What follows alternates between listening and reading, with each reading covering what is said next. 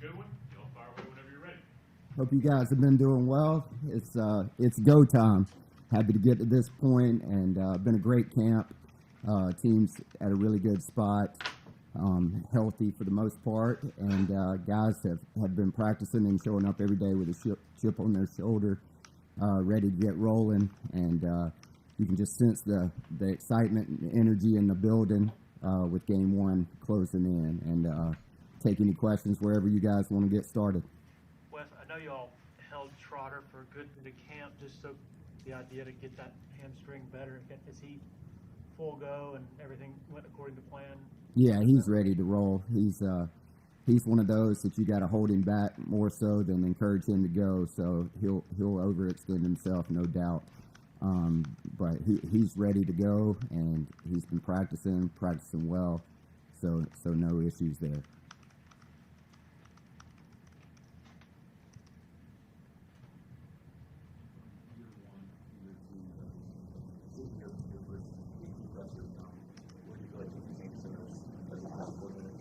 Yeah, I think just the confidence and command in the room, defensively, walking in every day, meeting room-wise, and just having the belief and trust in the players, just from a knowledge standpoint of how everything flows, recruiting, game plan preparation, practice preparation, all of those really feel comfortable from where we're at on my side of the ball. So excited to see what year 2 holds. What's the part people don't see, don't recognize, don't understand about the role of DC that was maybe even a big challenge for you in taking over and learning in that first year? Yeah, I mean, I think most people don't get to see the intensity at practice and my fire and passion for coaching and being around the guys on a daily basis. I love to have fun. I'm a pretty laid-back guy off the field, but in those meeting rooms, and once we cross the lines, that intensity and fire ramps up. And I coach my guys in my way, not somebody else's way, and I am who I am. But nobody wants to win and coach their guys and love their guys as much as I do. To get into some of those fields, what's it like? Because your defense rallies around you. They come up here and talk very lovingly about you. What's it like to feel and to have that support around you from not only your coaches, your staff, but those kids as well? I mean, that's the most important thing, is having the belief and trust in the locker room. And, it doesn't take them long to figure out if you're full of crap or you are who you say you are. And for them to have my back and belief and trust in how we're doing things, and just being approachable,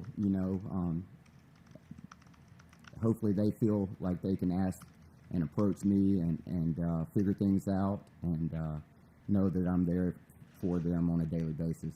Is there a part looking back now where you're like, we always ask the players, like, was there a hit, was there a play where you were like, oh, I'm in it now?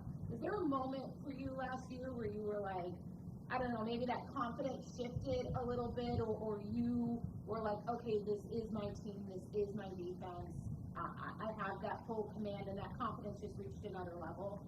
Yeah, I mean,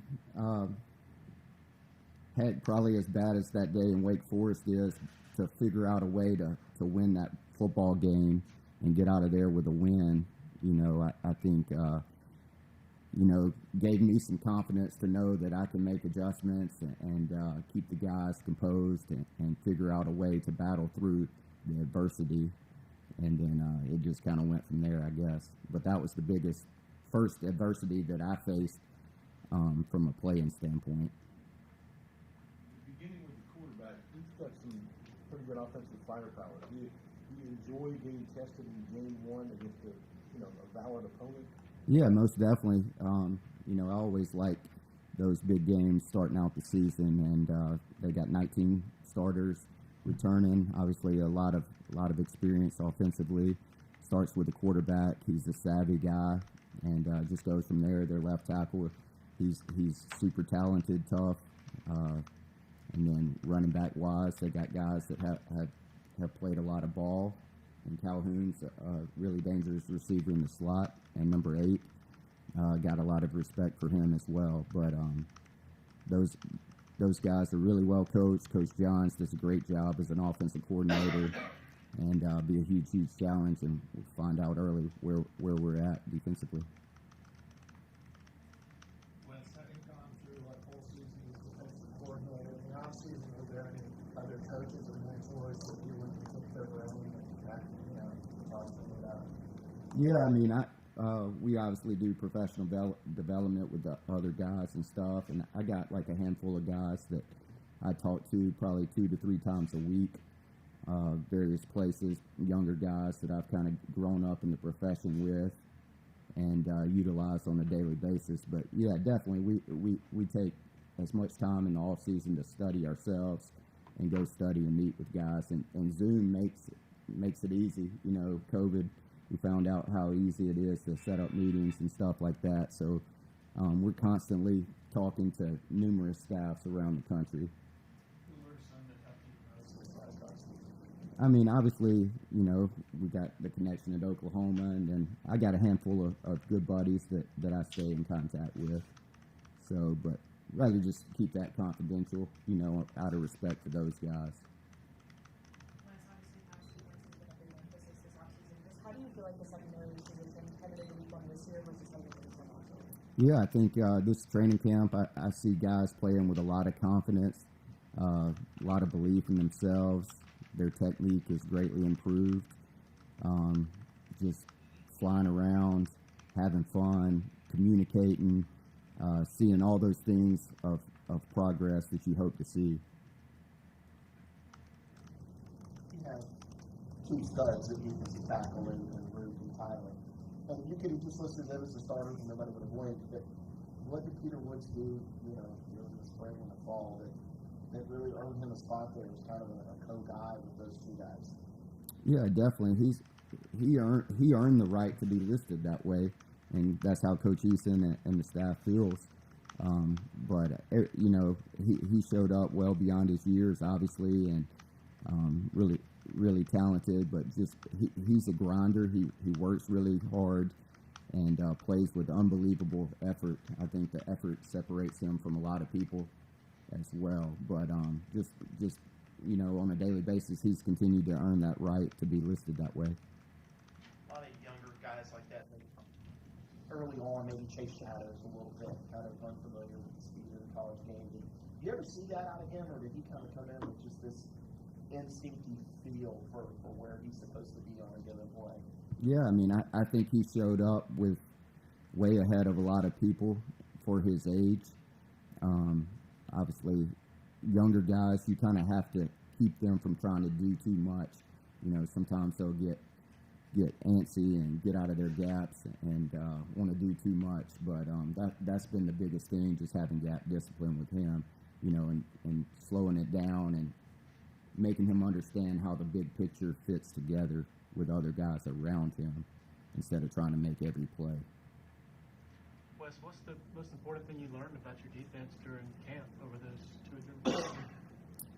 Yeah, I mean, I think the experience and leadership of that group really showed during camp every day. I think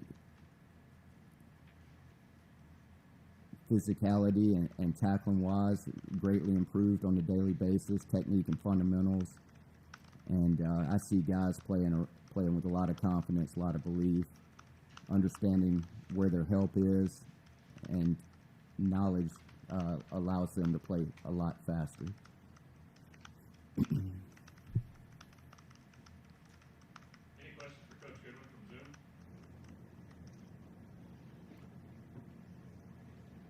Yeah, sorry, this is BA Building with BA West. Justin was in here earlier telling us, he's 23 years old. Peter Woods is 18 years old. How does that, is there a mentorship among your defenders and players on this team as we kind of cycle through this COVID eligibility situation where there was a gap in ages between your youngest and oldest players? Yeah, definitely. I think we have a very unselfish team who pour into the younger guys, and they know that that's their responsibility. That long after they're gone, they want to see Clemson do extremely well, and they take guys under their wings. You've seen it over the years. Most recently, going back to 2018, Christian Wilkins, Dexter, those guys did the same thing with younger guys. Tyler Davis, and Ruke, all those guys, XT, Maskell, pouring into the younger guys. You see it from my room as well. Walk down the halls at 12 o'clock today, or whenever, here in 15 minutes or so, you'll see younger guys in there meeting with older guys and them pouring into them and just teaching them about the game of football defensively, scouting report stuff, and it's really cool to see. There's almost not a lot for you guys to do. Except screw it up, right?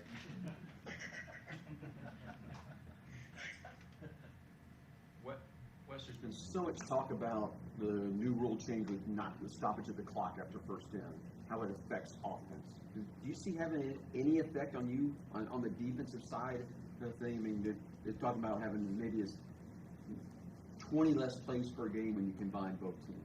Does it have any effect on you defensively that maybe, okay, after first down, maybe there was that little bit, okay, extra little bit of time and you don't get that? No, I don't think so. Operationally, we're used to seeing no huddle tempo offenses, so I don't think that would change much from that standpoint. Got time for one more if anybody has one. There's the box deal, but that you did last year, this year in terms of where you guys physically are.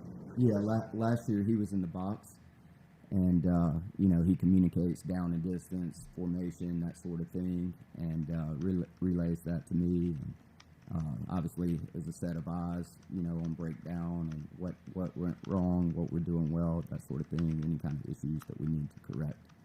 What do you like about these I think just with the tempo offenses and stuff, being able to control the game and signal and get the play call in versus having to go through another guy signaling, I think it just helps from that standpoint. And then, if you're getting in a check with me game or whatever, you can control the game, whether you want to check or what not from there. So, but I think it just makes it easier, takes one less piece out of the communication process. All right. Thank you, Coach. Cool. Thank you, guys.